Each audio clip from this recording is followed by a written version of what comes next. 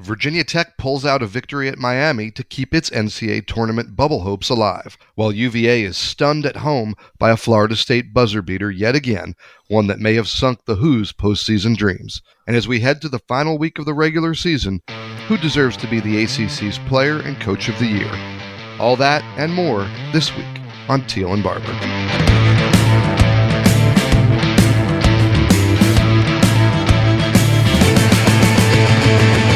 Welcome in to episode 78 of Teel and Barber, the Richmond Times-Dispatch and Richmond.com's Virginia Tech, UVA, and ACC sports podcast. I'm Mike Barber, ACC beat writer for the paper, and joining me as always, my co-host, the 14-time Sports Writer of the Year and the Virginia Sports Hall of Famer, David Teel. David, how are you? Good morning and happy March Eve. We are almost there. We almost made it, and just in the nick of time, I was able to take my 2-year-old to his first college basketball game. I took him to the Florida State UVA game on Saturday, so he saw quite a doozy. He did win free bacon. They have that promotion where if the opposing team misses back-to-back free throws in the second half, everybody in attendance with a ticket wins a pound of Smithfield bacon. So he came out a winner, even though certainly Virginia did not. I think he enjoyed it, David. I think he was a little shell-shocked by the volume and the bright flashing lights in the intro. I don't know if maybe I could have done something more to prepare him. There's nothing, in a good way, and I guess for a 2-year-old maybe in a bad way, there's nothing quite like being in a basketball arena during those introductions. And what was Tiny Teal's first experience, and what was her reaction to all the lights and the noise? Get me out of here. Seriously, it was sensory overload for her, and took a couple of visits, even when we went to smaller venues like at Christopher Newport, where my wife works in admissions. Laura would just freak out with the band, and it was just too loud for her. But now she's fine. Yeah, I wonder if we might have been better served for his first one, skipping the intros. I think, we all kind of wanted to be in the building for senior day and what they did with Kihei Clark, and we'll get into that a little later here in the show. But I went up, pregame and sat with them in their seats before I went to the press row. And I mean, he was just sort of motionless, like eyes wide. And he couldn't tell me afterward when the introductions ended if he liked it or not. I said, was that cool? And he said, I don't know. Yeah.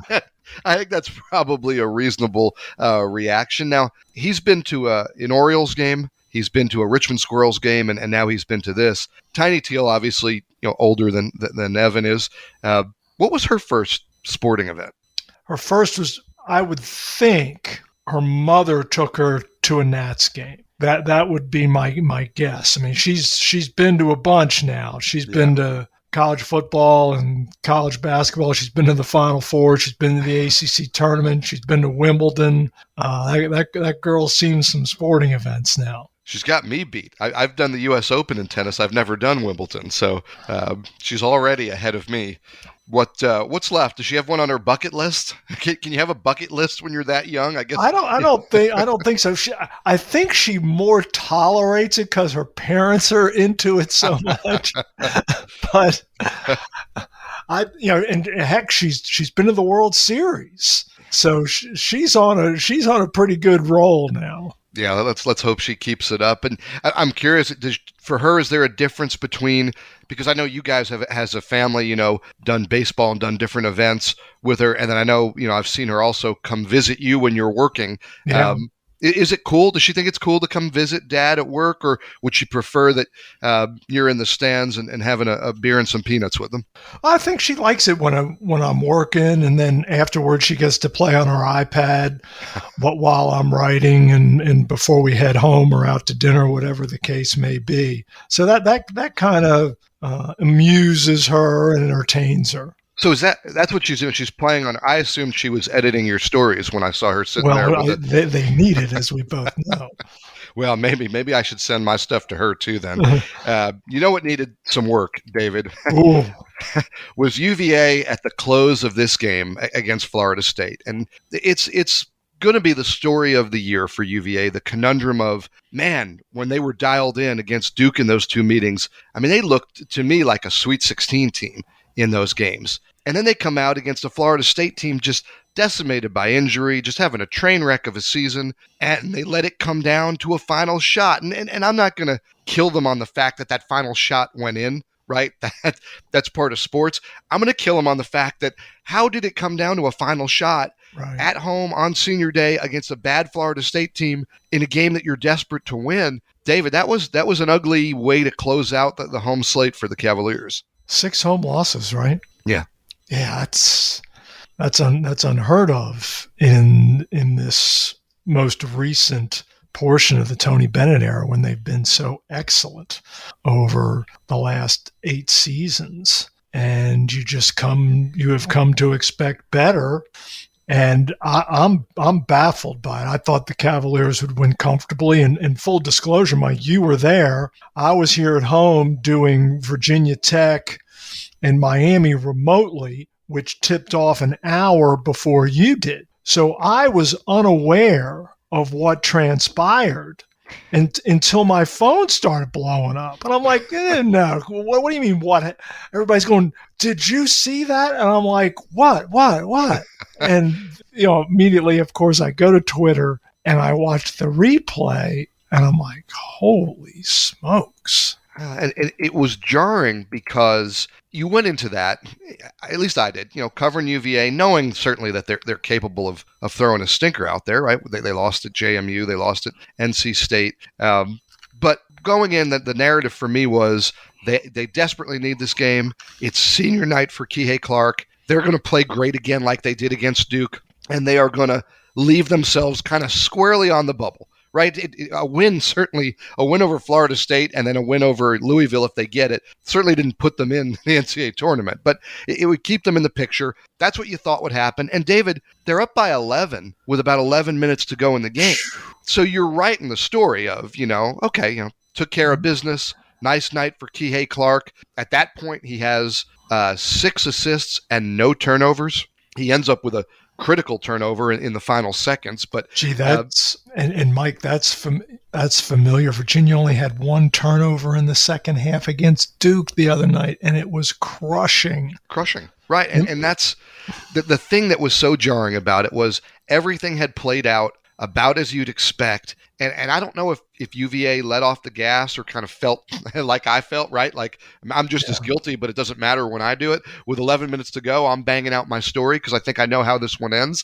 And maybe with 11 minutes to go, they were kind of thinking, okay, we know how this one ends. And David, they did not know how it ends because Matt Cleveland, who is a tremendously talented freshman for Florida State, he took that game over. And I asked Leonard Hamilton after the game about it, and he said, the kid just has the highest basketball IQ of any young player he's been around. And he said he just knew, Leonard's got his way. He said he knew we needed a little oomph. And and Cleveland gave him that oomph. He scored their final 8 points over 45 seconds, including just a miracle game winner on a great 3-quarter court pass.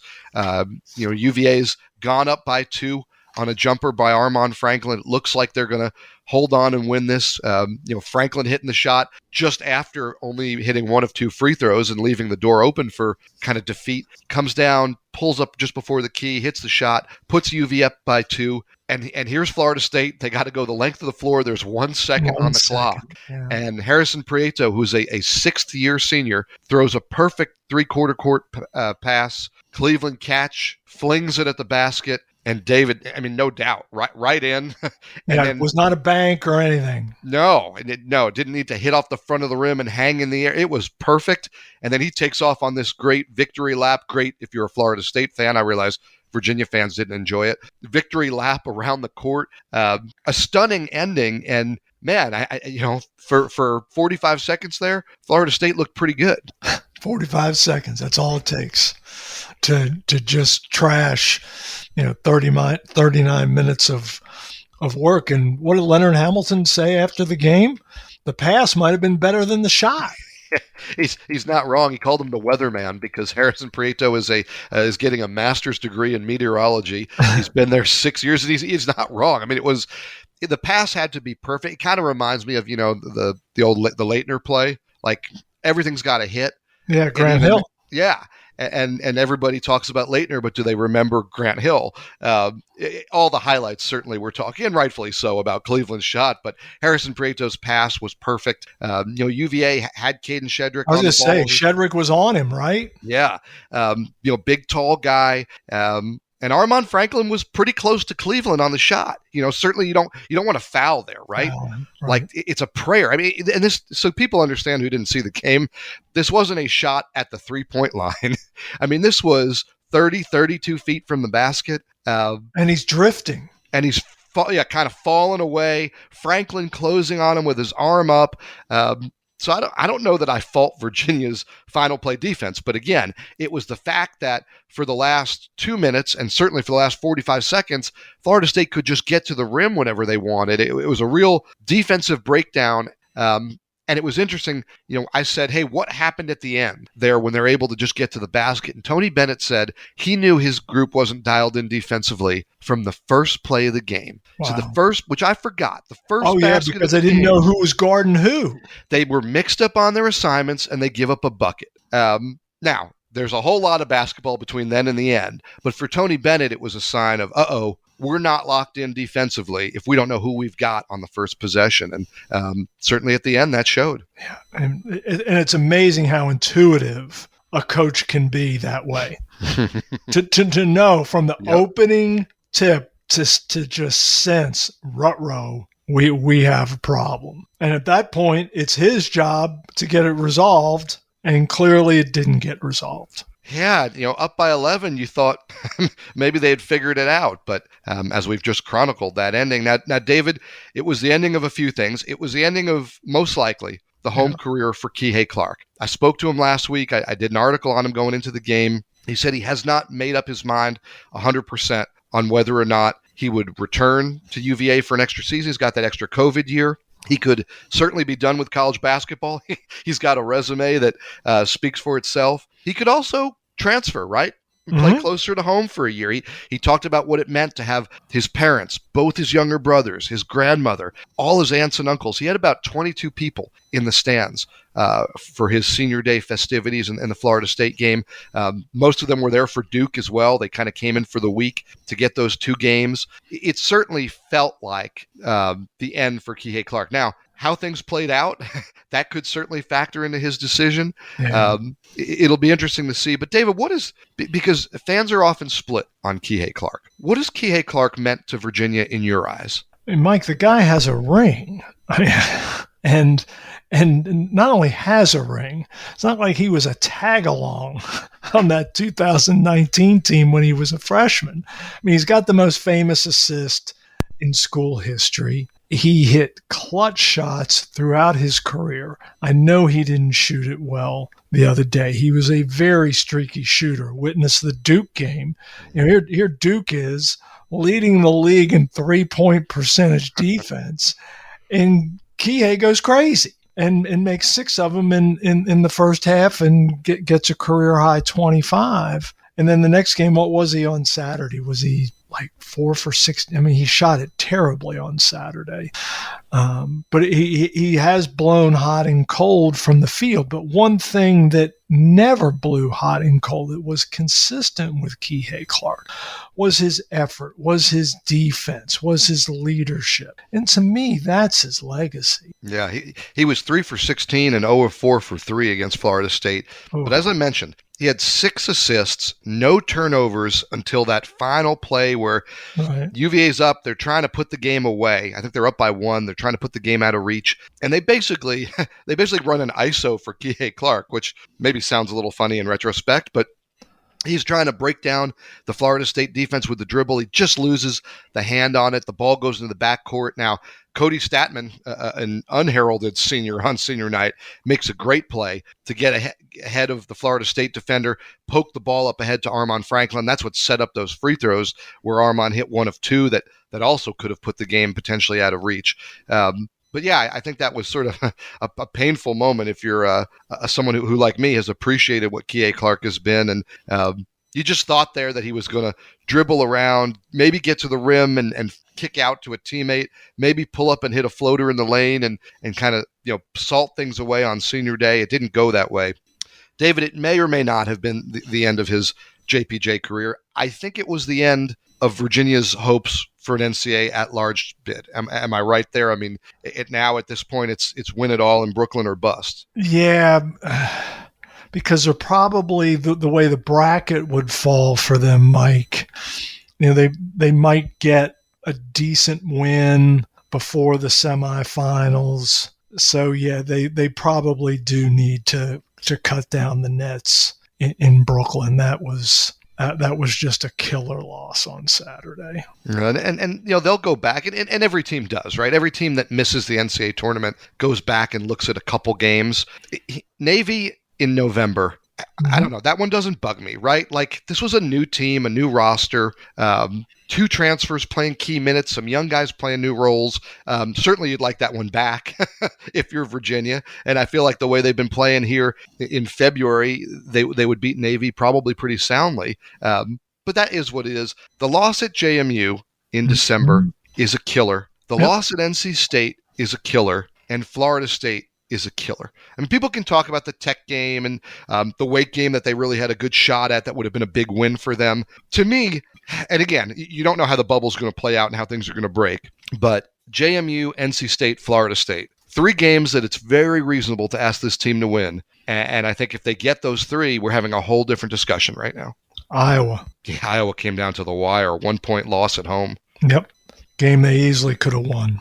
And you mentioned the NC State game, Mike. That is the only home ACC contest that the Wolfpack won this season. They're done in home games because they close with 2 on the road.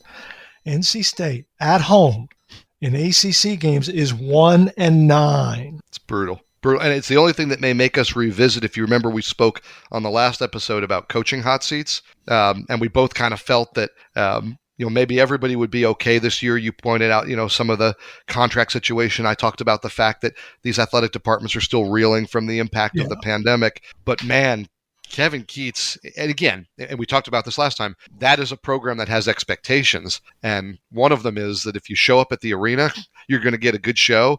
And Wolfpack fans did not get that at home. But yeah, to your point, I mean, there are moments in this schedule that I think Virginia, when it's all said and done, will look back and say, not, man, if only we could have found a way. Like, we should have won 3 or 4 more games and had this not be a discussion. And I think that's a shame, because I think what Virginia did this year was impressive. I think they rebuilt their roster. I think they rebuilt their lineup. I think they found their identity. I think they got better as the year went on. I think they played their best basketball here at the end. The win over Duke, the close loss with Duke, the 2 wins over Miami. I think they built themselves into an NCAA tournament caliber team, and it's just those slip-ups along the way, the inconsistency, that's going to rob them, I believe, of that opportunity. Agreed. And, Mike, in most seasons, I would think this team would have a chance to run the table in Brooklyn, but 4 games in 4 days, I don't see it. Well, and David, somebody asked me this the other day. Well, if they can beat Duke at Duke, who can't they beat? And that's not the question, right? There's nobody in the ACC tournament that I say Virginia has no chance of beating. It's right. What you just said. And have we seen anything from this team that makes you say they can be that level of consistent?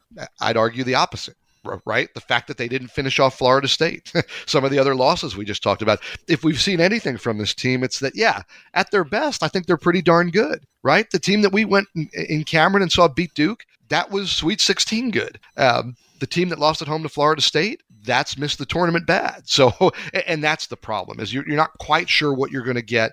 Can they dial up their Duke level intensity for 4 games in a row against teams that, let's face it, maybe playing pretty desperate ball also, right? Like, I mean, I think we feel better about some of the top teams in the ACC making the field. But if I'm coaching Miami, Wake, Notre Dame, North Carolina, my message going to Brooklyn is, hey, guys, you better get it done here and not leave any doubt. So I think they're going to be playing, as opposed to other years where maybe the best teams in the tournament, the ACC tournament, were better, but maybe they were also playing with a little house money, like they knew they were in. It'd be great to win an ACC tournament, but not catastrophic if they don't. I think the good teams in the ACC are going to be playing like they're playing for all the marbles this time, which is only going to make a run in Brooklyn more difficult. Yeah, when you're desperate teams, they I always pick the most desperate team if I'm unsure who's going to win.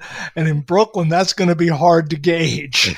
A lot of desperation to go around at the Barclays Center.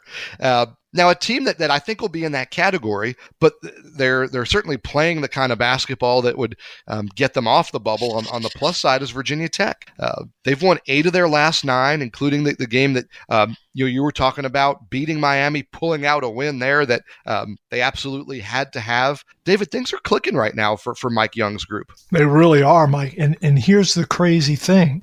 They're clicking at a time. They've won 8 of their last 9, and including 4 of their last 5. But in their last 5 games, the Hokies, who throughout the season have been the ACC's and one of the nation's best 3-point shooting team, the last 5 games, they've been awful shooting beyond the arc, like 28% awful. Mm-hmm. And they were awful again Saturday at Miami, 7 for 24. Sean Padula was 2 for 9. Hunter Couture was 2 for 6. Aline 0 for 2. Murphy 0 for 2. But yet somehow, some way, they're winning games. They're winning with defense. They're winning with interior play. On Saturday, they shot 82% inside the arc. 82%. And what that is paying attention to the game plan, because Mike Young told them, Miami is the worst 2-point percentage defense in the ACC. Attack them inside. And that's what the Hokies did. Keve Aluma was 8 for 9 from the floor. Also, a pair of free throws, had 18 points. And I just think that if you're Virginia Tech and you have that ability to score inside with Aluma and to play great defense, then when your 3-point shots are falling, oof, you're an elite team, right? Like now we're talking again about Sweet 16 level, but if they're not falling, you have something to fall back on to win games. So many teams, if they don't have their 3-point shot, they're done for. And I think it's a credit to Virginia Tech. I also think it's a credit to Mike Young and Virginia Tech that they have developed depth during the year. And I know fans have been on Coach Young. Why isn't Darius Maddox in the starting lineup or Sean Padula? Why don't they make a change? Now get Storm Murphy out, put one of these guys in. Why isn't he playing the young guys more? I'm a Mike Young fan, admittedly. I tend to think he knows what he's doing. And, the fact that Padula played 22 minutes in this game and Maddox played 21, it's not that Mike Young was an idiot and forgot to play them earlier. It's that he's worked them up to the point where they're ready to play 20 minutes a game. And not just play 20 minutes a game, David, but be the contributors, right? Padula had 17, Maddox had 13, and the game winner. To me, that is a brilliant coaching job, not a late adjustment. Well, and Mike, you mentioned Padula and Maddox, and I crunched some numbers after the game Saturday to kind of get a grasp of their impact here recently. Sean Padula scored 19 points total in Virginia Tech's first 9 ACC games. Last 9, 71 points. Maddox scored 19 points in the Hokies' first 8 ACC games. Past 10, 83. Those guys have become integral parts of this squad. And that game winner by Maddox on Saturday, you can argue, and I audibly said to the TV, I talked to the TV, of course, like we all do. I said, no, you're shooting it too soon because Couture deflects the inbounds pass. And the clock is at like 12 seconds. They got plenty of time. And Maddox just takes a dribble back, and he's 6'5", Sam Wardenberg's 6'10", and he shoots a step-back 3 over Sam Wardenberg. And darn if he doesn't make it. And, it gave Miami 10 seconds still to run a set there in the half court, which turned out to be really bad. But still, just the confidence that it took to just step back and let it fly. Now, was that a shot we think was a great shot because it went in? Like, if he misses there, with all that time left? Are we having the opposite conversation of saying, God, young kid, what was he thinking? Trying to elevate over a near 7-footer from that far. Like, is it one of those situations? Well, and in fact, I asked Mike Young after the game, be honest, what was your on the bench reaction when he cut that loose? He said, no problem with it. He said, I'm always on that kid to take more shots. And if you look at his stats, you can see why. He's shooting better than 50% from three. I mean, that was a pretty deep three, but yes, I agree. It's and again, it's part of what I was just talking about with Mike Young and playing these guys more. Sometimes with a young player, it's slowing them down, right?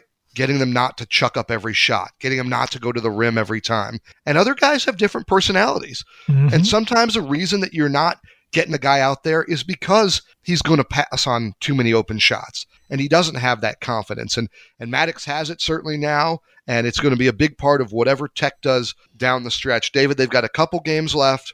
They're at 18-11. They're at 10-8 in the conference. They've got the third best net ranking at 41, which again, it's a little bit of a mystery to us, but the Miami win was a big one for them. What do we think here, Virginia Tech?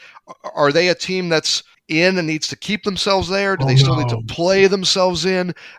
Is it still too far a road to go? What do you got for Tech's shot here?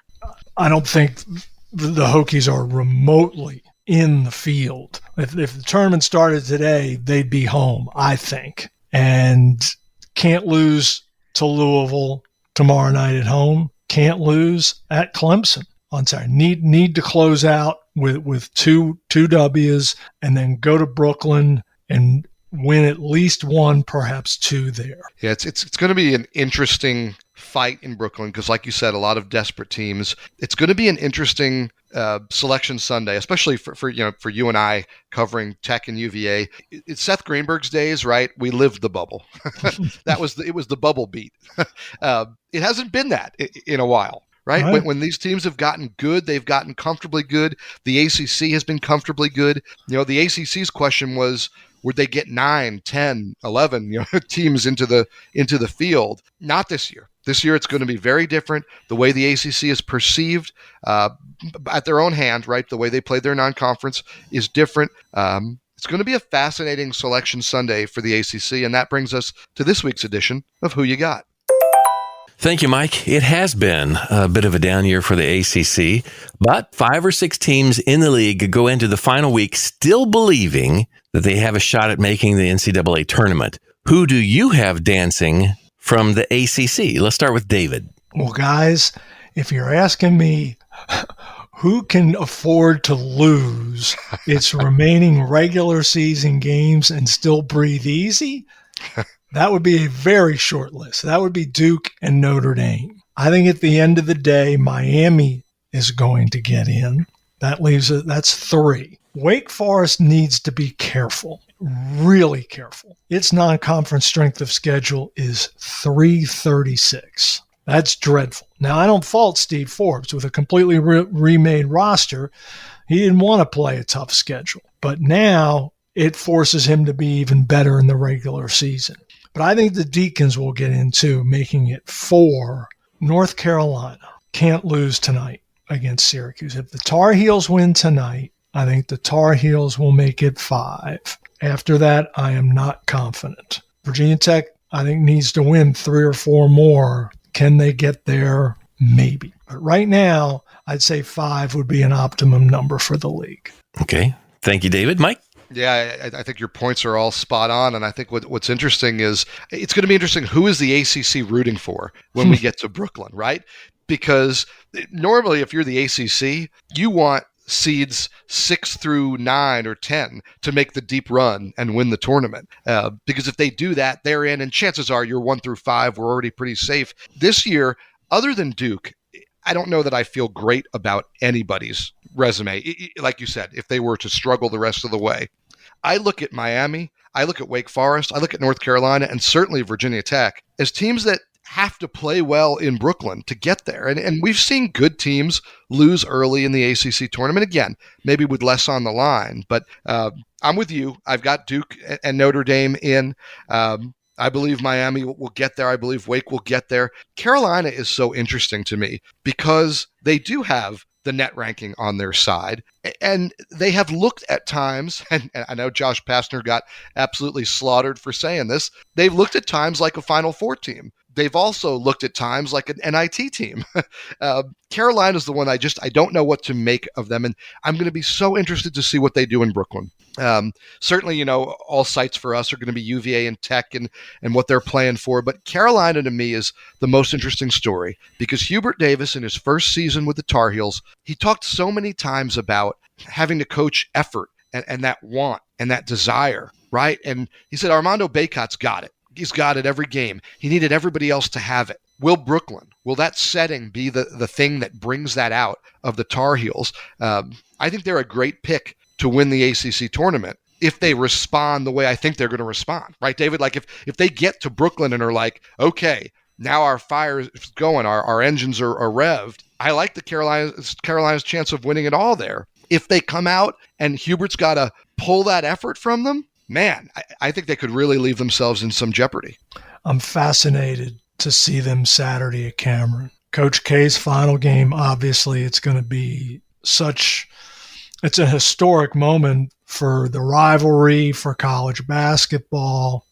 But Mike, the first time Duke and Carolina got together this season at the Smith Center, the Tar Heels didn't show up. They were awful for 40 minutes. And just got embarrassed at home.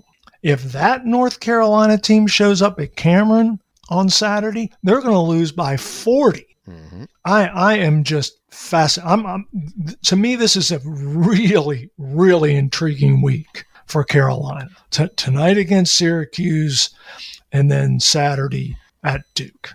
And certainly a win or even a good performance against Duke. That could be the thing that spurs them onto a good showing in Brooklyn as well. Mm-hmm. Yes. But I think you're right. It's going to be a great litmus test of can they get up for the big moment? Because they didn't the first time. I mean, they certainly didn't. Can they get up for this big moment? Can they get up for Brooklyn? Because, David, there's a lot of talent on that team. Now they're dealing with some injury questions that I guess I don't know that we have any updates. We'll have to see. That certainly could play into this. But the talent is there. If the drive is there, I would think to be pretty darn good. Yeah, I mean, God, Bacot, Manick, Love, Davis. I mean, they've got some people who can score now. Yeah, Bacot. I mean, he's 7th in the league in scoring. He leads the league in rebounding. In some years, he would be a clear Player of the Year choice. Carolina's struggles make it not so much, but that's.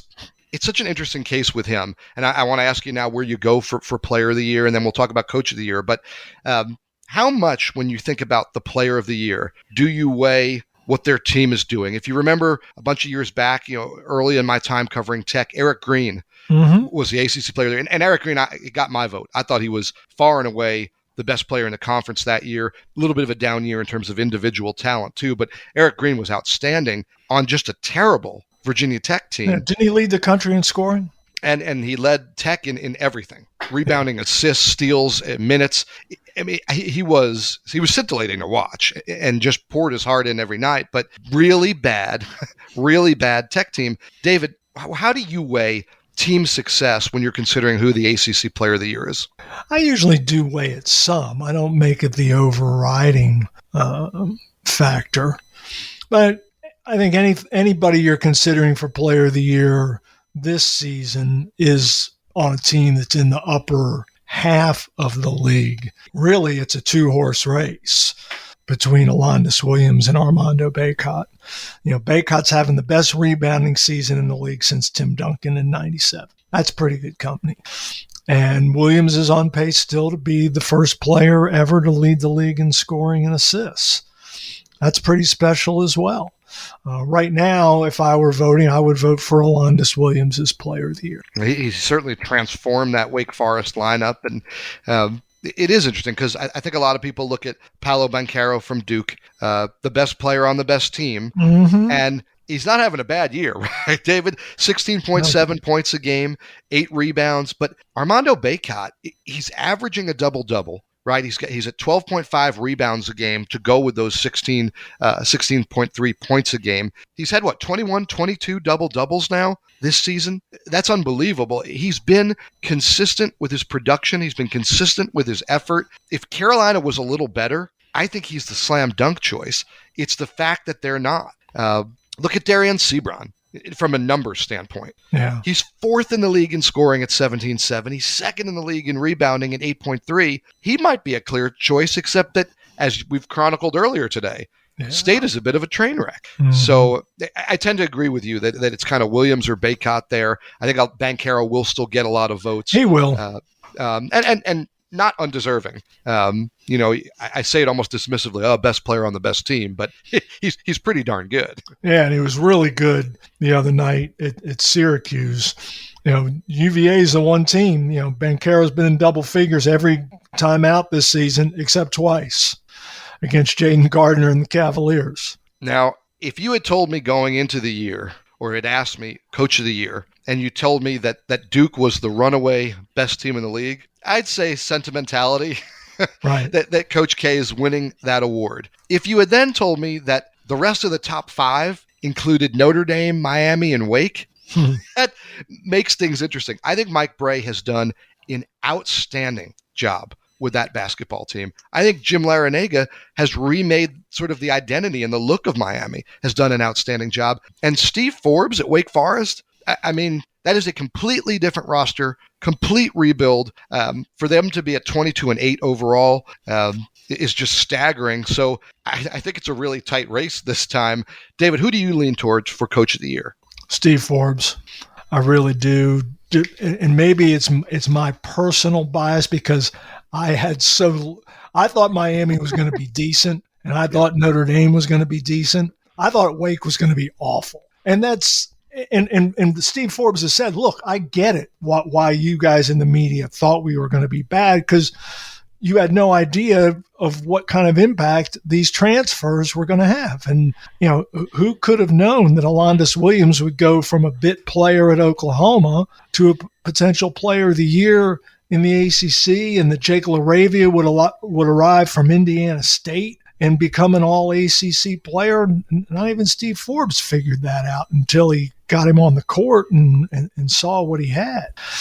But in my mind, right now, I would vote for Steve Forbes. Mike, do you care to guess when the last time Mike Krzyzewski was the ACC Coach of the Year?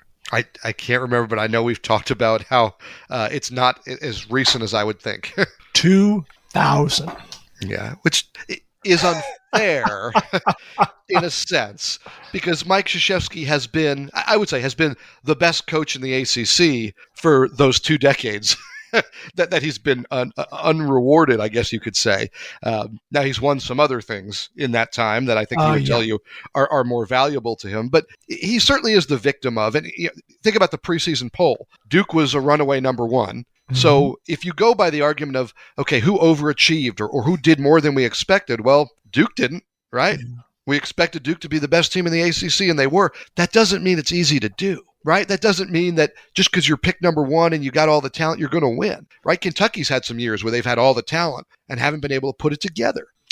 So I do think if this is possible in a year where he was the story every arena he went to, that maybe Mike Krzyzewski could be a little underappreciated. But David, it's a 15-team league. Wake Forest was picked to finish 13. Yeah. Miami was picked to finish 12. Notre Dame, who again I thought would be really good this year, I was high on them coming in, but they were picked to finish 8. Now, for those teams to move up, somebody has to move down. And Florida State certainly has had a dreadful season. Louisville has had a dreadful season. I think Syracuse has been on the disappointing side, no doubt. NC State has been on the disappointing side, no doubt. But for me, it's going to be one of those coaches who, and maybe overachieved isn't right, because Steve Forbes will tell you he thought he had a pretty good team, but overachieved the expectations at least. I would think that's where we go. It isn't all ACC in Virginia. So before we get out of here, I want to go to this week's edition of Take It or Leave It, which is going to take us around the Commonwealth. Thank you, Mike. Take it or leave it, the best basketball team in the Commonwealth does not play in the ACC. Take it or leave it. Let's start with Mike. I think the team playing the best basketball. I don't know if they're the best basketball team. I think it's VCU. They've won 7 in a row. They're at 20-7 overall. They've got a net ranking of 53. I think they've got 3 quad 1 wins, which is the same as Virginia. I really like what Mike Rhodes has done in getting that team together. I think right now, if you told me, hey, here's your team and you've got to beat somebody in Virginia, you can scratch one team off your potential opponents list. I think VCU's the team I don't want to play. And yet Tech's been very hot, and certainly Virginia, the way they played against Duke and down the stretch has been good. I really like the way – I think VCU's playing with a lot of confidence, a lot of momentum. I like the Rams right now as the best team in the Commonwealth, and maybe the team that has the best chance to be a story in March. Thank you, Mike. David? Agreed. I think the Rams are the best team right now, and it's because of their defense. You just don't want to have to run your half-court offense against these guys. Heck, if you can get into your half-court offense, because the Rams can really cause issues when they guard you three-quarter court or even full court. I believe they're second or third nationally in defensive efficiency. They force a lot of turnovers, convert those turnovers into points. They much like Virginia Tech, VCU has developed some depth with Brown and Deloach coming off the bench. Ace Baldwin and Vince Williams and Keyshawn Curry have been terrific all season. Curry's just having a great senior year. Good for that young man. He's a really, really exceptional defender on the perimeter, pretty darn good shooter. And we were talking earlier, Mike, about what a intriguing final week of the regular season it is for Carolina. Well, VCU has equally interesting final 2 regular season games. At home tomorrow night against St. Bonaventure, and then on the road Saturday to close it at St. Louis. If the Rams can get those 2, which is, believe me, no given, they could easily lose both of them. But if they could get those 2 headed to D.C. toward the Atlantic 10 tournament, I would really like their chances of an at-large bid. Yeah, I think VCU's got the best shot of an at-large bid. Some other teams in the Commonwealth, they play in what are, I think, pretty clearly, most likely, one-bid leagues.